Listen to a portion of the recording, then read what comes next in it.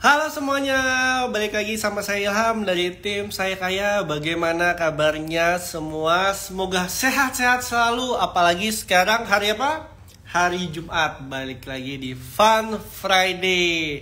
Nah, kali ini kita bakalan ngomongin apa sih? Kita bakalan berbincang-bincang bulan pemilu bersama Shelendra Kapita. Nah, tapi sebelum itu kami mengingatkan Saya Kaya itu apa sih? Nah, Saya Kaya merupakan aplikasi reksadana. Jadi teman-teman bisa berinvestasi reksadana di sana. Kami memiliki beberapa kategori jenis reksadana, yaitu reksadana pasar uang, reksadana pendapatan tetap, reksadana campuran, reksadana saham, dan juga reksadana indeks. Nah, hari ini sangat-sangat bahagia sekali, sangat-sangat senang sekali. Kenapa? Karena kita bakalan berkolaborasi dengan salah satu manajer investasi, yaitu Shelendra Capital. Dengan narasumbernya Pak Andi Junis Wibowo sebagai Head of Wholesale Distribution. Nah, kita bakalan belajar bareng di sana dan juga kita bakalan kepo ini. Kira-kira market outlook menjelang pemilu itu seperti apa? Kita undang langsung ya teman-teman. Jangan lupa untuk persiapkan note-nya, dicatat.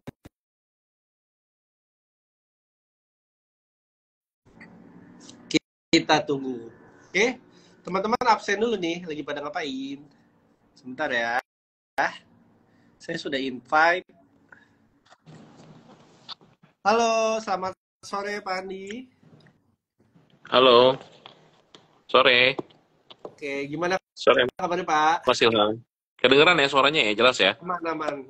Alhamdulillah aman. Gimana kabarnya Pak Andi? Baik, baik.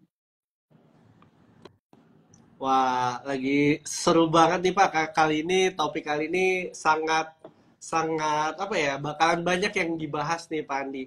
Nah, mungkin selamat datang juga teman-teman followersnya dari Shelendra Capital. Kita bakalan ngomongin apa sih hari ini? Kita bakalan ngomongin sedikit banyak tentang outlook menjelang pemilu dan juga outlook reksadana. Dan reksadana apa yang bakalan kita bahas, nanti kita ulas bersama. Tadi juga saya sudah memperkenalkan bahwa narasumber yang satu ini bernama Pak Andi Junius Wibowo. Beliau merupakan Head of Wholesale Distribution dari Shelendra Capital. Nah, langsung aja kita mulai kali ya Pak Andi ya. Biasanya kan sebelum kenal maka tak sayang gitu. Kita kan pengen tahu nih. Nah, pengen tahu Shelendra Capital itu kira-kira perusahaan apa sih Pak? Oke, Salendra Capital. Jadi, oke, tadi suara saya Ya, kayaknya ke-mute ya. Oke, kedengeran ya udah sekarang ya, Mas Ilham normal ya? belum? Sudah Uh, ya? Mungkin yang nonton teman-teman Oke, IG Live, apakah sudah normal suara saya dan juga suara Pak Andi? oke, tadi saya kayak ke-mute sebentar. Oh, oke. Oke, mungkin tadi pertanyaannya terkait Shalendra Capital ya. Jadi mungkin kalau saya boleh kenal ke teman-teman semua, Shalendra Capital kita itu adalah aset management perusahaan atau manajer investasi yang mengelola reksadana ya teman-teman. Jadi kita tuh udah hadir di Indonesia tuh dari tahun 2006, 2007. Dana kelolaan kita itu sekarang sudah mencapai kurang lebih hampir 30 triliun ya untuk reksadananya sekitar 30 triliun dan mungkin kalau berdasarkan posisi tahun lalu di akhir tahun lalu di Desember itu dana kelola reksadana kita itu sudah menduduki peringkat ke 7 ya teman-teman ya di industri gitu. Wow. Jadi Shalendra Capital ini merupakan manajer investasi teman-teman. Kalau misalnya ditanya manajer investasi di reksadana itu ngapain dan tugasnya apa? Jadi mungkin saya sedikit izin sharing ya Pak, kayak analogi sederhana mengenai reksadana. Jadi reksadana adalah sebuah wadah investasi yang di dalamnya ada dana-dana para investor ya kan. Nah, terus dana-dana dari investor terus diapain? Masa sih nggak diapa-apain gitu kan? Nah, pihak manajer investasi yang memiliki tugas untuk mengelola dana investasi tersebut dan diinvestasikan lagi ke berbagai instrumen keuangan lain seperti pasar uang, obligasi, dan juga saham. Nah, Pak Andi, untuk berbincang hari ini sebelum kita masuk lebih dalam, ini kayaknya nggak sampai sebulan lagi kita masuk yang namanya pemilihan umum atau pemilu nih Pak. Kira-kira nih sedikit aja deh Pak, highlight di depan ya. Ntar untuk spesifiknya di belakang, highlight di depan kira-kira market outlook ya bisa dibilang domestik atau global mendekati pemilu ini seperti apa, Pak? Oke, jadi ini cukup menarik ya teman-teman. Kalau sekarang itu tanggal 2 Februari, ya kita pemilu itu kurang lebih tanggal 14 ya, barengan dengan Valentine Day. So, ini sebentar lagi, saya rasa juga debat yang, mungkin ada debat lagi ya nanti di hari Minggu ya, sore sampai malam. Jadi kita semakin dekat nih menuju hari hanya ya. Jadi kalau ditanya outlook-nya sebenarnya kalau kita ngobrol-ngobrol sama teman-teman capital market, sama research dan sebagainya, sepertinya sentimen di market itu tuh mengekspekti mengekspek bahwa eh, yang akan pro market inilah yang menjadi favorit gitu loh. Jadi kalau kita lihat mungkin dari calon satu, dua, dan tiga, sepertinya kalau kalau yang meneruskan kebijakan yang lama ini sepertinya akan lebih difavoritkan untuk kondisi market. Seperti itu kurang lebih, Mas Ilham.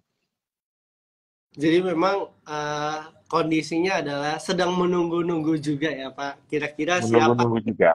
apakah satu putaran atau dua putaran gitu. Mungkin teman-teman ada pendapat Benar. juga satu putaran atau dua putaran ya kita balikin lagi gitu. Iya. Nah, Bicara soal satu putaran, dua putaran, sebenarnya cukup menarik ya. Karena memang kalau kita lihat nih, saat ini kan ada pendapat which is tadi satu putaran atau dua putaran ya, which is kalau kalau kita lihat sebenarnya satu putaran, kalau kita bicara beberapa waktu yang lalu sepertinya kalau satu putaran agak berat deh ya kan, karena sepertinya suara ini elektabilitasnya terbagi cukup lumayan gitu loh ketiga tiga calon tersebut. Tapi kalau kita lihat ada beberapa, ini aku quote sumber data dari eksternal ya, karena dari Shalenda sendiri kita nggak ngeluarin data dari internal terkait dengan hal itu. Sepertinya ada beberapa source jadi lembaga survei itu yang di periode Januari itu yang menyatakan based on survei itu ada kemungkinan untuk satu putaran wow, gitu. ya. Jadi ada beberapa data yang menunjukkan bahwa ini udah mencapai elektabilitas sekitar 50% nih. Jadi ada kemungkinan nih satu putaran gitu loh. Nah, tapi di satu sisi kalau kita lihat market sendiri mungkin kalau saya nyambungin sama yang tadi saya sampaikan, satu putaran atau dua putaran akan tergantung nanti kalau kita bicara dua putaran ini Mm-mm. siapa yang menjadi kombinasi, siapa yang masuk ke putaran kedua gitu loh. Jadi kalau yang masuk ke putaran kedua adalah mungkin calon-calon yang memang dianggap oleh market sebagai yang pro kebijakan yang lama, ya mungkin market akan lebih positif gitu dibandingin yang kontra. Kurang lebih seperti itu sih. Jadi kalaupun dua putaran kita harus melihat nih kayak siapa nih lawannya Benar. antara paslon Hmm. satu, paslon dua, paslon tiga seperti itu. Ya, Jadi kalau teman-teman milih mana nih? Milih untuk satu putaran atau dua putaran? Yang pasti milih yang terbaik sesuai dengan apa yes, yang kalian analisis masing-masing. benar, Itu kan lebih ke arah privasi juga ya Pak ya. Nah, benar. beruntung hari ini saya dan juga Pak Andi bakal ngebahas salah satu produk reksadana dari Shalendra yaitu Shalendra pendapatan tetap premium atau biasa yang dikenal SPTP. Orang-orang tahunya SPTP. Nah, Pak, kalau kita ngomongin untuk Shalendra pendapatan tetap premium, itu sebenarnya reksadana jenis apa dan strateginya bagaimana? Apalagi strategi menjelang pemilu atau pasca pemilu itu dari SPTP sendiri seperti apa? Oke. Nah, sebenarnya kalau SPTP ini kita punya preposisi yang cukup unik ya, teman-teman. Jadi, pada dasarnya SPTP atau Salanda Pendapatan Tetap Premium itu merupakan salah satu produk flagship kita di aset kelas fixed income. Ya, di mana produk ini tuh bisa berinvestasi cukup diversifikasinya cukup banyak gitu loh. Jadi, ini terdiversify dengan baik ke obligasi, money market maupun ada exposure ke saham. Ya, Oke. jadi kalau kita lihat sebenarnya kita itu mengacu kepada the best of masing-masing aset kelas gitu loh. Mhm. Jadi kita punya exposure ke corporate bonds, kita punya exposure ke government bonds, dan kita punya exposure ke money market. Dan kita bisa loh di fund ini memiliki exposure juga ke equity sebagian Wow. gitu loh. Nah, tentunya bukan sembarangan equity sih yang akan mungkin kalau kita planning untuk diinvestasikan sesuai dengan kebijakan kita ya, kita akan melihat juga certain equity yang memang cukup menarik dan positif gitu. Tapi saat ini sih kalau kita lihat mungkin porsi equity-nya itu saya mungkin harus update yang terakhir di Januari, kebetulan belum final dirilis. Kalau per Desember terakhir itu equity kita itu sebenarnya minim yang cuma sekitar 0, something gitu. Hmm. Jadi ada ke exposure ke equity juga walaupun porsinya kecil ya Pak. Nah kalau Kecil banget. kalau ngomongin soal tadi kan alokasinya tadi Pak Ani bilang ada yang ke bonds, ada yang ke money market, ada juga yang ke equity. Kira-kira keunggulan dari SPTP sendiri atau Sialindra Pendapatan Tetap Premium dengan reksadana lainnya apa nih Pak? Mungkin teman-teman di sini nih penasaran nih, saya ingin nih berinvestasi di SPTP, tapi sebenarnya keunggulan dari SPTP itu sendiri seperti apa? Oke. Jadi mungkin kita bicara pada umumnya ya. Kalau pada umumnya itu di market itu ada dua jenis reksadana Mm-mm. pendapatan tetap, yaitu reksadana pendapatan tetap yang pertama isinya hampir mayoritas itu adalah obligasi pemerintah Ya. atau government bonds, dan juga ada reksadana yang isinya mayoritas adalah corporate bonds atau obligasi korporasi. Nah, kehadiran SPTP ini positioning adalah di tengah-tengah reksadana tersebut. Jadi maksudnya di tengah-tengah ini seperti apa? Jadi SPTP ini memiliki porsi yang diinvestasikan di obligasi korporasi dan juga memiliki porsi yang diinvestasikan ke obligasi pemerintah. Jadi kalau kurang lebih posisinya dari aset kelasnya dia, kalau kita lihat per Desember itu komposisinya kurang lebih itu 80% ada di obligasi korporasi Oke. dan ada sekitar 18% itu ada di obligasi pemerintah dan sisanya adalah di money market mostly dengan equity-nya yang porsi lebih kecil. Nah, jadi kalau kita lihat keunggulannya adalah kita itu punya exposure ke obligasi pemerintah gitu. Selain di corporate bonds. Jadi kita in between nih antara reksadana fixed income yang memang full di government bonds atau yang full di corporate bonds. Gitu, Mas Ilham. Tapi porsinya tadi lebih banyak ke ini ya Pak, corporate ya? Corporate. Tapi kalau kita bicara apakah fund ini akan maintain seperti itu, akan tergantung dengan kondisi, Iya. Mas Ilham. Jadi di fund ini kita cukup fleksibel. Jadi pada saat kita merasa kita perlu mungkin adjust daripada menyesuaikan daripada bobot portionnya itu bisa dilakukan karena fund ini di manage secara aktif gitu loh. Dan kita cukup fleksibel dalam memanage porsi obligasi pemerintah dan obligasi korporasi yang ada gitu. Karena memang pengelolaannya juga cukup aktif ya Pak untuk SPTP sendiri, jadi Aktif, bisa benar, juga apa yang terbaik untuk benar nasabah sekali. dan tidak sembarangan nih teman-teman. Jadi kayak nggak jangan apa bukan porsinya diganti-ganti sembarangan, tapi memang sudah ada Ya. by data, by pasar dan sebagainya macamnya.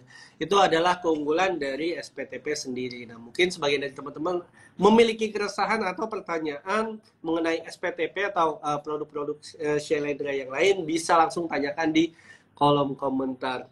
Nah, kalau kita ngomongin tadi kan sempat keunggulannya, kemudian habis itu jenis reksadananya, kira-kira untuk view ke depan Shalendra pendapatan tetap, mulai dari outlook 2024 tahun ini atau kayak beberapa tahun ke depan itu seperti apa Pak view-nya? Atau historisnya juga boleh nih Pak, dari Oke. historis ke view ke depan. Mungkin secara general saya share outlook-nya adalah seperti ini. Jadi kalau kita lihat ya, sekarang mungkin kondisi marketnya agak berbeda sama yang tahun lalu.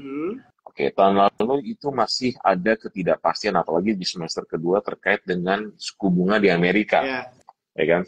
Jadi apakah masih akan naik, apakah sudah mulai bisa turun, apakah sudah the peak-nya atau the highest-nya, itu yang menjadi perhatian di tahun lalu. Tapi kalau kita bicara di tahun sekarang ini, marketnya agak sedikit berbeda gitu, di mana market itu lebih firm untuk dari suku bunga The Fed itu untuk turun gitu loh. Jadi kondisi inilah yang kalau kita lihat berbeda dari tahun lalu dan harusnya kondisi ini yang akan lebih positif buat fixed income di tahun ini gitu.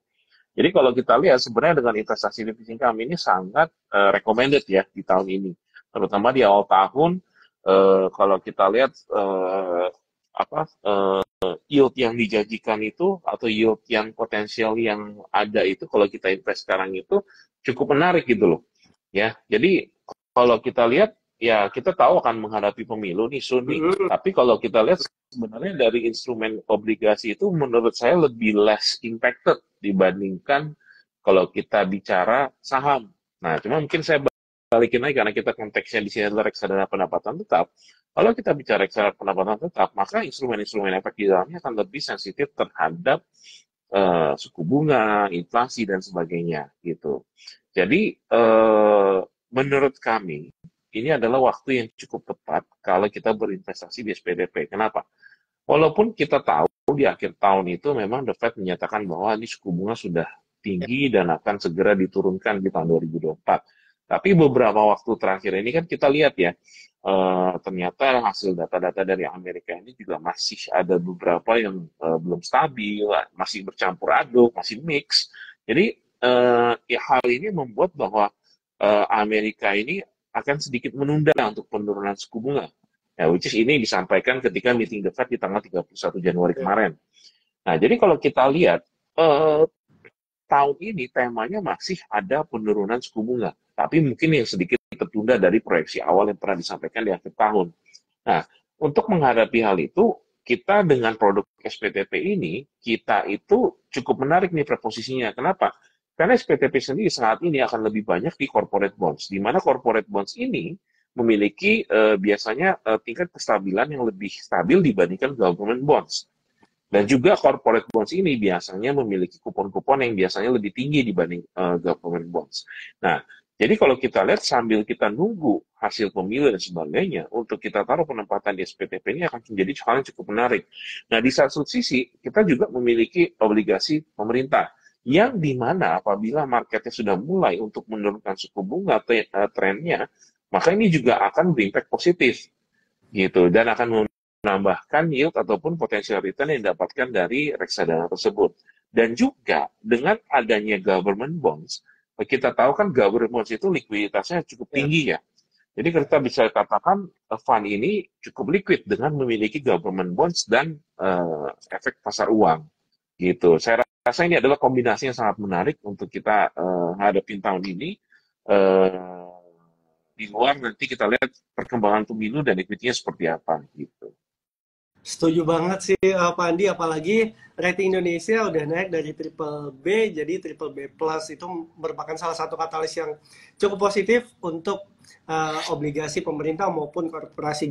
Jadi SPTP ini kalau misalnya saya coba lihat dari Pak Andi sharing, untuk volatile-nya memang bobotnya lebih ke korporasi jadi lebih stabil, tapi ketika nanti ada dampak penurunan suku bunga dari global maupun secara domestik, itu bisa berdampak cukup positif juga ya untuk SPTP sendiri. Nah, Benar. buat teman-teman bisa pertimbangan untuk berinvestasi reksadana di SPTP. Tapi kami juga mengingatkan bahwa investasi memiliki risiko. Hal yang pertama yang dilakukan adalah tentukan tujuan investasinya terlebih dahulu, jangka pendek, jangka menengah, jangka panjang. Setelah itu apakah langsung investasi? Sebentar, tunggu dulu. Sesuaikan dengan profil risiko investasi kita.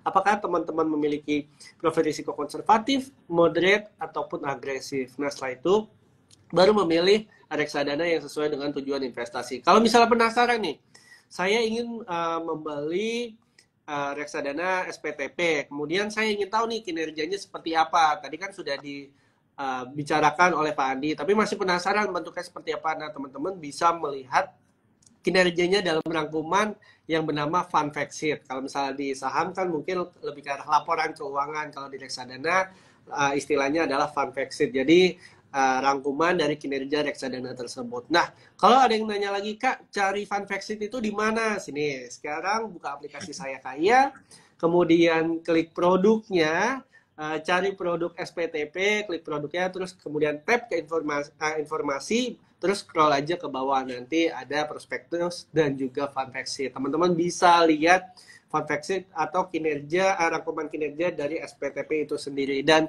biasanya ini bakalan update tiap bulannya Pak ya. Dan Ya, benar sekali.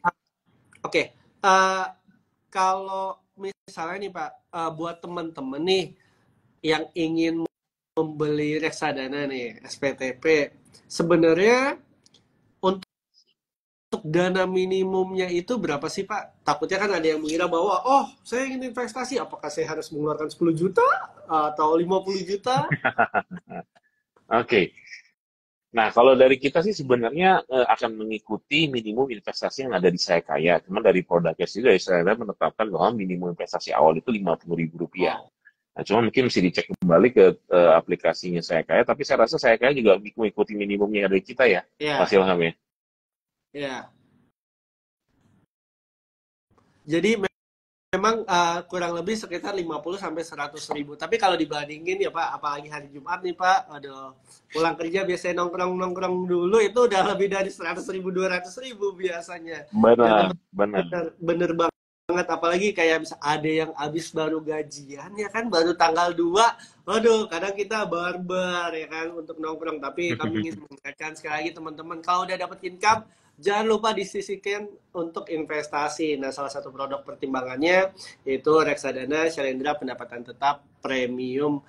Dan teman-teman juga bisa melihat atau belajar dari artikel-artikel Saya Kaya. Di situ juga bisa memanfaatkan promo-promo yang sedang berjalan.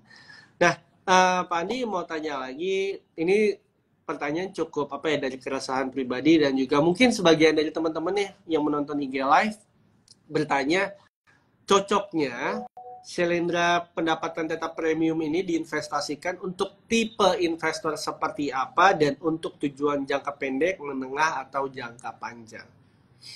Oke, jadi kalau kita ngomong profiling produk, sebenarnya lebih cocok buat nasabah-nasabah yang punya profil resiko itu lebih moderat ya, teman-teman ya. Mungkin lebih moderat sedikit di bawah atau moderat sedikit di atas bisa, ya. Tapi mungkin overall kita ngomong, kita bicara untuk investor yang moderat, ya. Hmm? Dan juga kalau kita lihat apa profil resikonya ini sebenarnya apa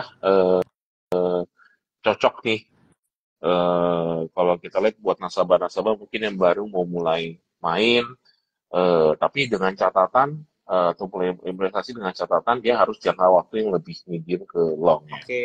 gitu. Karena kalau short term ini kita juga tahu bahwa hampir semua investasi itu pasti ada resikonya, ya kan? Kita harus mitigasi resikonya juga, gitu. Dan kalau kita lihat di SPTP, mungkin saya rasa tuh kita harus prepare waktu mungkin di jangka waktu investasi sekitar medium to long sih. Jadi untuk cocok investor moderate yang memiliki profil risiko moderate dan untuk jangka waktunya mid to long term nih teman-teman. Jadi untuk Benar, investasi benar. hingga panjang gitu, karena Ya, memang tidak semua apa ya namanya profil risiko atau jangka waktu itu sesuai dengan misalnya produk X, ya udahlah langsung investasi aja gitu, karena memang benar. ada alokasi aset yang memiliki karakteristik beda-beda nih teman-teman. Jadi pastikan teman-teman harus mengetahui tujuan investasinya apa, berapa lama jangka waktu investasinya, kemudian profil risikonya seperti apa, dan baru lihat kinerja reksadana yang ingin dibeli. Pak Andi, sedikit ada pertanyaan Yes. dari Kak Indra Bayu. SPTP strategi 2024, apakah akan atau masih melibatkan saham satuan pada underlying aset? Oke, jadi pertanyaannya adalah apakah melibatkan saham satuan? Oke, jadi sebenarnya kalau kita bicara strateginya 2024 ini kita masih melihat bahwa tergantung opportunity-nya ya. Jadi apakah akan melibatkan saham atau tidak apabila memang ada opportunity certain stocks yang memang kalau kita lihat mungkin secara ada corporate-nya ada doing corporate action atau tender offer atau something like seperti yang itu, ada mungkin kita consider untuk ambil gitu. Jadi saya nggak bisa bilang apakah tahun 2024 tidak ada akan ambil saham atau akan ada ambil saham. Nah, which is kita masih belum tahu.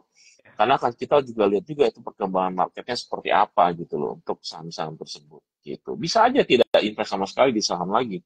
Ataupun mungkin ada certain stocks yang cukup menarik. Nah, which is kalau kita lihat itu journey-nya masih panjang untuk 2024. Ya, kita baru jalanin 1 bulan, so we'll see, Pak Indra. Gitu loh. Terima kasih Pak Andi, karena memang market itu cukup apa ya dinamis ya. Ya, Untuk manajer investasi sendiri dikelola secara aktif gitu, jadi nggak gitu-gitu aja terus. Toh kalau misalnya ada kinerja yang performanya kurang baik, pasti dari pihak manajer investasi bagaimana caranya untuk rebalancing biar aset-aset alokasinya lebih outperform atau lebih bagus lah ke depannya. Itu kan balik lagi untuk para investornya juga. Nah, sebenarnya Ya, ada pertanyaan ini Pak dari Kak Birong XYZ, mungkin tadi soal reksadana lain. SDK sekarang banyak isi obligasi ya Pak? oke, Pertanyaannya. bentar. Oke, iya. Ya, SPK sekarang posisinya per Desember ya kita memiliki isi di obligasi. Ada juga sebagian di money market gitu loh. Cuma kalau untuk yang posisi Januari, I have to check ya. Karena data fund facts kita belum finalize nih. Saya juga belum lihat finalize fund facts seperti apa. Mungkin harusnya antara sore nanti atau next week sih udah ada gitu. Nanti teman-teman juga bisa cek juga di saya kaya atau di website kita. Pastinya once udah kita finalize, kita pasti juga akan share ke teman-teman di saya kaya. Wah, semoga terjawab, Kak. Eh, oh iya, Pak, kebetulan sudah di penghujung acara ini, Pak. Dan kira-kira Yes, nih, Pak, untuk pertanyaan terakhir nih, Pak. Ada pesan ya. terakhir nggak, Pak, untuk teman-teman yang baru mau mulai investasi di reksadana, harus melakukan langkah apa saja dan terutama ya untuk teman-teman pemula gitu, Pak. Oke, kalau teman-teman pemula mungkin cari tahu dulu ya, cari-cari info terlebih dahulu.